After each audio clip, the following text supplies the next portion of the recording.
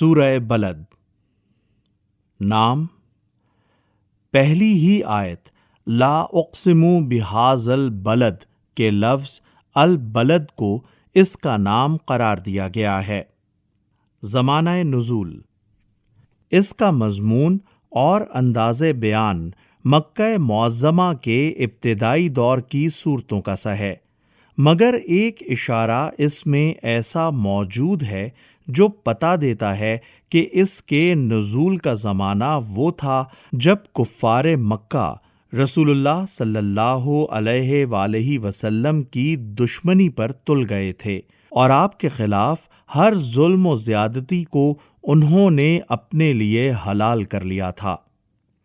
موضوع اور مضمون، اس صورت میں ایک بہت بڑے موضوع کو چند مختصر جملوں میں سمیٹ دیا گیا ہے، اور یہ قرآن کا کمال اعجاز ہے کہ ایک پورا نظریہ حیات جسے مشکل سے ایک ضخیم کتاب میں بیان کیا جا سکتا تھا، اس چھوٹی سی صورت کے چھوٹے چھوٹے فقروں میں نہایت مؤثر طریقے سے بیان کر دیا گیا ہے۔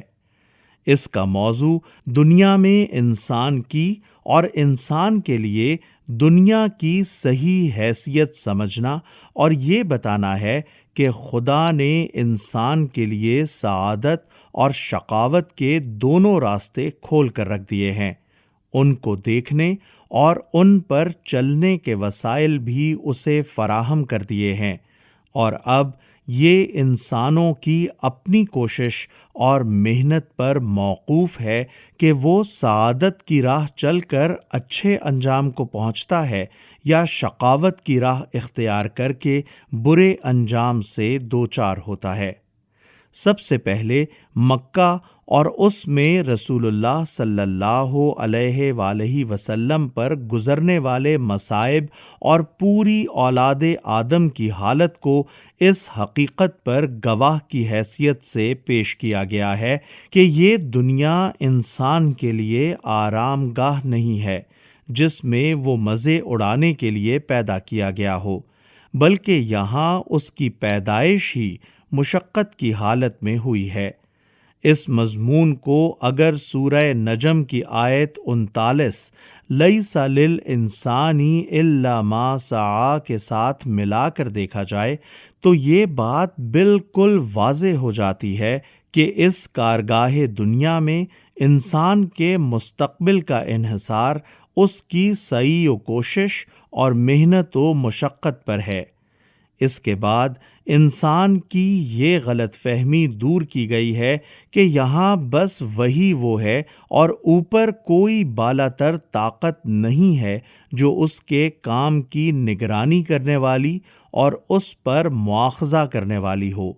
پھر انسان کے بہت سے جاہلانہ اخلاقی تصورات میں سے ایک چیز کو بطور مثال لے کر بتایا گیا ہے کہ دنیا میں اس نے بڑائی اور فضیلت کے کیسے غلط معیار تجویز کر رکھے ہیں۔ جو شخص اپنی کبریائی کی نمائش کے لیے ڈھیروں مال لٹاتا ہے وہ خود بھی اپنی ان شاہ خرچیوں پر فخر کرتا ہے اور لوگ بھی اسے خوب داد دیتے ہیں، حالانکہ جو ہستی اس کے کام کی نگرانی کر رہی ہے وہ یہ دیکھتی ہے کہ اس نے یہ مال کن طریقوں سے حاصل کیا اور کن راستوں میں کس نیت اور کن اغراض کے لیے خرچ کیا۔ اس کے بعد اللہ تعالیٰ فرماتا ہے کہ ہم نے انسان کو علم کے ذرائع اور سوچنے سمجھنے کی صلاحیتیں دے کر اس کے سامنے بھلائی اور برائی کے دونوں راستے کھول کر رکھ دیے ہیں۔ ایک راستہ وہ ہے جو اخلاق کی پستیوں کی طرف جاتا ہے اور اس پر جانے کے لیے کوئی تکلیف نہیں اٹھانی پڑتی بلکہ نفس کو خوب لذت حاصل ہوتی ہے۔ دوسرا راستہ اخلاق کی بلندیوں کی طرف جاتا ہے جو ایک دشوار گزار گھاٹی کی طرح ہے کہ اس پر چلنے کے لیے آدمی کو اپنے نفس پر جبر کرنا پڑتا ہے۔ یہ انسان کی کمزوری ہے کہ وہ اس گھاٹی پر چڑھنے کی بنسبت کھڈ میں لڑھکنے کو ترجیح دیتا ہے۔ پھر اللہ تعالیٰ نے بتایا ہے کہ وہ گھاٹی کیا ہے جس سے گزر کر آدمی بلندیوں کی طرف جا سکتا ہے۔ وہ یہ ہے کہ ریا اور فخر اور نمائش کے خرچ چھوڑ کر آدمی اپنا مال یتیموں اور مسکینوں کی مدد پر خرچ کرے، اللہ اور اس کے دین پر ایمان لائے اور ایمان لانے والوں کے گروہ میں شامل ہو کر ایک ایسے معاشرے کی تشکیل میں حصہ لے جو صبر کے ساتھ حق پرستی کے تقاضوں کو پورا کرنے والا اور خلق پر رحم کھانے والا ہو۔ اس راستے پر چلنے والوں کا انجام یہ ہے کہ آدمی اللہ کی رحمتوں کا مستحق ہو، اور اس کے برعکس دوسرا راستہ اختیار کرنے والوں کا انجام دوزخ کی آگ ہے جس سے نکلنے کے سارے دروازے بند ہیں۔ بسم اللہ الرحمن الرحیم۔ اللہ کے نام سے جو بے انتہا مہربان اور رحم فرمانے والا ہے۔ لا اقسم بهذا البلد، نہیں، یعنی حقیقت وہ نہیں ہے جو تم لوگ سمجھے بیٹھے ہو۔ میں قسم کھاتا ہوں اس شہر مکہ کی، وأنت حل بهذا البلد، اور حال یہ ہے کہ اے نبی اس شہر میں تم کو حلال کر لیا گیا ہے، یعنی جس شہر میں جانوروں تک کے لیے امان ہے وہاں تم پر ظلم کو حلال کر لیا گیا ہے۔ ووالد وما ولد، اور قسم کھاتا ہوں باپ یعنی آدم کی اور اس اولاد کی جو اس سے پیدا ہوئی۔ لقد خلقنا الانسان فی کبد، در حقیقت ہم نے انسان کو مشقت میں پیدا کیا ہے، یعنی یہ دنیا انسان کے لیے مزے کرنے اور چین کی بانسری بجانے کی جگہ نہیں بلکہ محنت و مشقت اور سختیاں جھیلنے کی جگہ ہے، اور کوئی انسان بھی اس حالت سے گزرے بغیر نہیں رہ سکتا۔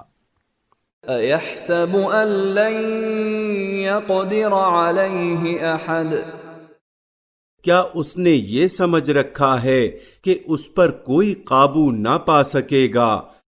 یقول اہلکت مالا لبدا، کہتا ہے کہ میں نے ڈھیروں مال اڑا دیا۔